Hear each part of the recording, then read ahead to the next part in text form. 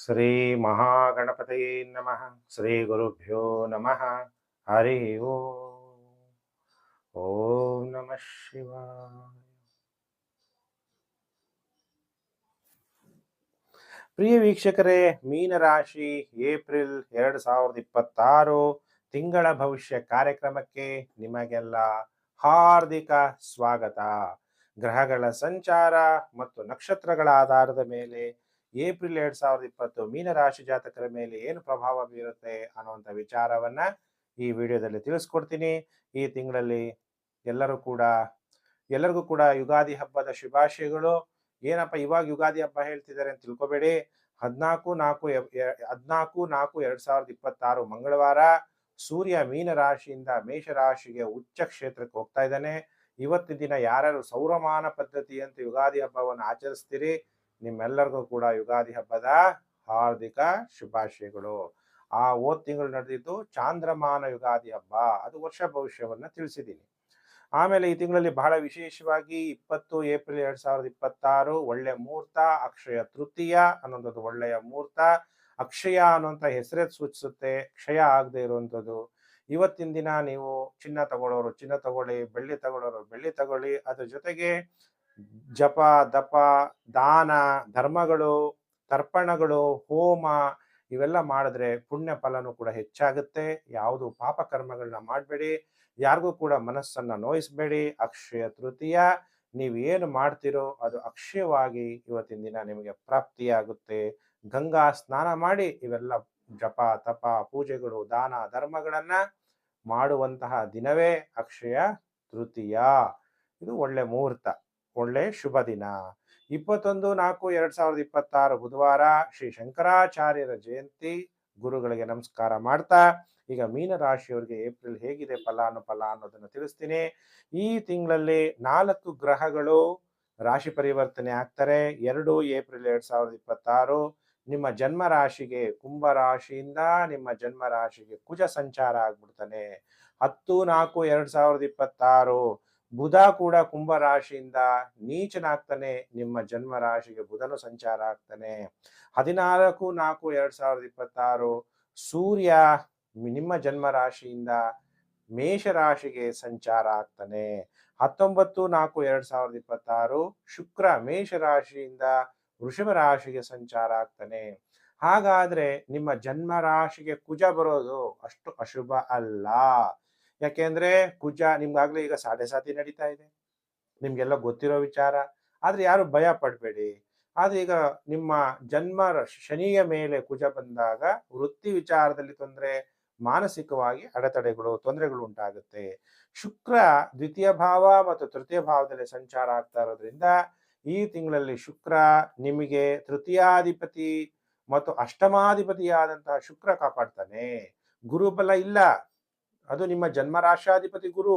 ಆದ್ರೂ ಶುಕ್ರ ಗುರುವಿನಂತೆಯೇ ಶುಭ ಗ್ರಹನಾಗಿರೋದ್ರಿಂದ ತಿಂಗಳ ಭವಿಷ್ಯದಲ್ಲಿ ಯಾವ ಗ್ರಹ ನನಗೆ ಶುಭ ಫಲ ಕೊಡುತ್ತೆ ಅಂತ ನೀವು ಯೋಚನೆ ಮಾಡ್ತಾ ಇದ್ರೆ, ನಿಮ್ಮ ಜನ್ಮ ಜಾತಕದಲ್ಲಿ ನೀವು ತೋರಿಸಿದ್ರೆ ನಿಮ್ಮ ಜನ್ಮ ಜಾತಕದಲ್ಲಿ ಶುಕ್ರ ಒಳ್ಳೆ ಸರ್ವಾಷ್ಟಕ ವರ್ಗದಲ್ಲಿ ಒಳ್ಳೆ ಬಿಂದು ಕೊಟ್ಟು ಒಳ್ಳೆ ದಶಾಭುಕ್ತಿಯಲ್ಲಿ ಶುಕ್ರ ಚೆನ್ನಾಗಿದ್ದು ಜನ್ಮ ಜಾತಕದಲ್ಲೂ ಶುಕ್ರ ಚೆನ್ನಾಗಿದ್ರೆ ನಿಮಗೆ ಶುಕ್ರನಿಂದ ಶುಭ ಫಲಗಳು ಪ್ರಾಪ್ತಿಯಾಗುತ್ತೆ. ಈ ತಿಂಗಳು ಶುಕ್ರನಿಂದ ಏನು ಫಲಾನುಫಲ ನೀವು ಎಕ್ಸ್ಪೆಕ್ಟ್ ಮಾಡ್ಬೋದು ಅಂದಾಗ, ಶುಕ್ರ ದ್ವಿತೀಯ ಭಾವದಲ್ಲಿರ್ತಾನೆ 19 ಏಪ್ರಿಲ್ 2026. ಹಂಗಾರೆ ಶುಕ್ರ ಏನ್ ಮಾಡ್ತಾನೆ? ದಾಂಪತ್ಯ ಸುಖ, ಕುಟುಂಬ ಭಾವ ಅಂತೀವಿ, ಕುಟುಂಬ ಸುಖ. ಯಾಕಂದ್ರೆ 2ನೇ ಮನೆ ಅಂದಾಗ ಧನ ಭಾವ.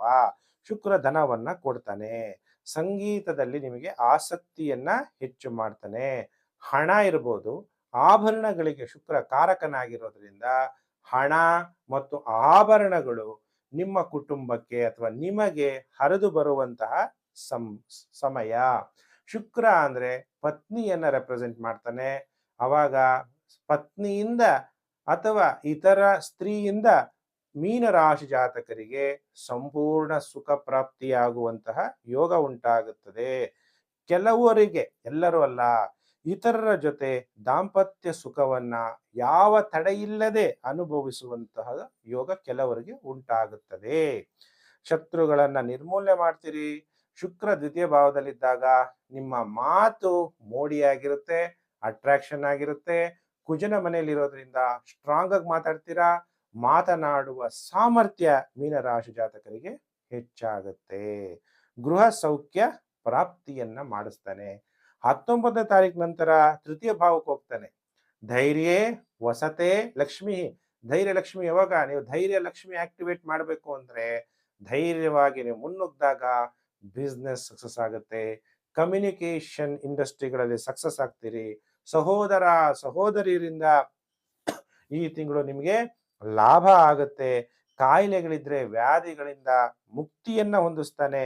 ಅದಕ್ಕೆ ನಾನು ಹೇಳಿದ್ದು ನಿಮ್ಮ ಜನ್ಮ ಜಾತಕದಲ್ಲಿ ಶುಕ್ರನ ಪರಿಸ್ಥಿತಿ ಚೆನ್ನಾಗಿರಬೇಕು. ಆಗ ಜನರಿಂದನೂ ನಿಮಗೆ ಸನ್ಮಾನ ಪ್ರಾಪ್ತಿಯಾಗುತ್ತೆ. ಶುಕ್ರ ತನ್ನ ಸ್ವಂತ ಕ್ಷೇತ್ರ ಕೊಟ್ಟೋಗ್ಬಿಡ್ತಾನೆ. ತೃತೀಯ ಭಾವದಲ್ಲಿ ಸಂಚಾರ ಆಗ್ಬಿಡ್ತಾನೆ. ಕಲಿಕೆಯಲ್ಲಿ ಸಕಾರಾತ್ಮಕ ಫಲ. ಯಾರು PUC ಡಿಗ್ರಿ ಈ ತರ ಎಲ್ಲ ಮಾಡ್ತಾ ಇದ್ದೀರಿ, ಡಿಗ್ರಿಗಿಂತ ಮೊದಲು ಅಂಥವ್ರಿಗೆಲ್ಲ ಸಫಲತೆ ಸಫಲತೆ ಸಫಲತೆ. ವಿದ್ಯಾರ್ಥಿಗಳಿಗೆ ತುಂಬಾ ಚೆನ್ನಾಗಿ ಮೀನರಾಶಿಯವರಿಗೆ ಫಲ ಕೊಡ್ತಾನೆ. ಆದ್ರೆ ಒಂದೇ ಗ್ರಹ ನಿಮಗೆ ಈ ತಿಂಗಳಲ್ಲಿ ಶುಭ ಫಲ ಕೊಡ್ತಾ ಇರುವಂಥದ್ದು. ಹಾಗಾದ್ರೆ ಕುಜ ಶುಭ ಫಲ ಕೊಡ್ತಾ ಇಲ್ಲ, ಬುಧ ಶುಭ ಫಲ ಕೊಡ್ತಾ ಇಲ್ಲ, ಸೂರ್ಯ ಶುಭ ಫಲ ಕೊಡ್ತಾ ಇಲ್ಲ. ಈ ವಿಚಾರದಲ್ಲಿ ನೀವು ಬಹಳ ಎಚ್ಚರಿಕೆಯನ್ನು ವಹಿಸ್ಬೇಕು, ಧೈರ್ಯವನ್ನ ತಗೋಬೇಕು. ಯಾಕಂದ್ರೆ ನಿಮ್ಮ ಜನ್ಮ ರಾಶಿಗೆನೆ ಕುಜ ಬಂದ್ಬಿಡೋದು, ಜನ್ಮ ರಾಶಿಯಲ್ಲೇ ಶನಿ ಸಂಚಾರ ಆಗ್ತಾ ಇರೋದು. ಶನಿಗೂ ಕುಜನಿಗೂ ಆಗಲ್ಲ. ವೃತ್ತಿ ವಿಚಾರದಲ್ಲಿ ಬಹಳ ಎಚ್ಚರವಾಗಿರ್ಬೇಕು.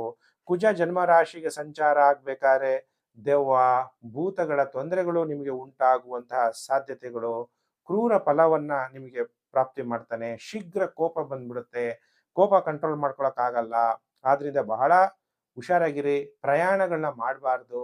ಏನೋ ಎಮರ್ಜೆನ್ಸಿ ಸಾವಾಗಿದೆ, ಕೆಲವೊಂದು ಇಂಪಾರ್ಟೆಂಟ್ ನೀವು ಹೋಗ್ಲೇಬೇಕು ಅನ್ನೋಂಥವ್ರು ಹೋಗಿ ಅಷ್ಟೇನೆ. ಪ್ರಯಾಣಗಳಲ್ಲಿ ಅಪಾಯ ಉಂಟಾಗುವಂತಹ ಸಾಧ್ಯತೆಗಳು ಹೆಚ್ಚಾಗಿ ಕಂಡು ಬರ್ತಾ ಇದೆ. ಮೀನರಾಶಿ ಜಾತಕರು ಬಹಳ ಎಚ್ಚರಿಕೆಯನ್ನು ವಹಿಸಿ. ಬುಧನು ಕೂಡ ಅಂದ್ರೆ ನಿಮ್ಮ ಜನಗಳು ಸಹಾಯ ನೀವು ಎಕ್ಸ್ಪೆಕ್ಟ್ ಮಾಡ್ತೀರ, ಅವ್ರು ಯಾರಿಂದನೂ ಸಹಾಯ ಉಂಟಾಗಲ್ಲ. ಅದಕ್ಕೆ ಬಹಳ ಎಚ್ಚರ. ಅಗೌರವಗಳು ಉಂಟಾಗ್ಬೋದು, ಆತಂಕಗಳು ಹೆಚ್ಚಾಗುವಂತಹ ಸಾಧ್ಯತೆಗಳು ಕೂಡ ಕಂಡು ಬರ್ತಾ ಇದೆ.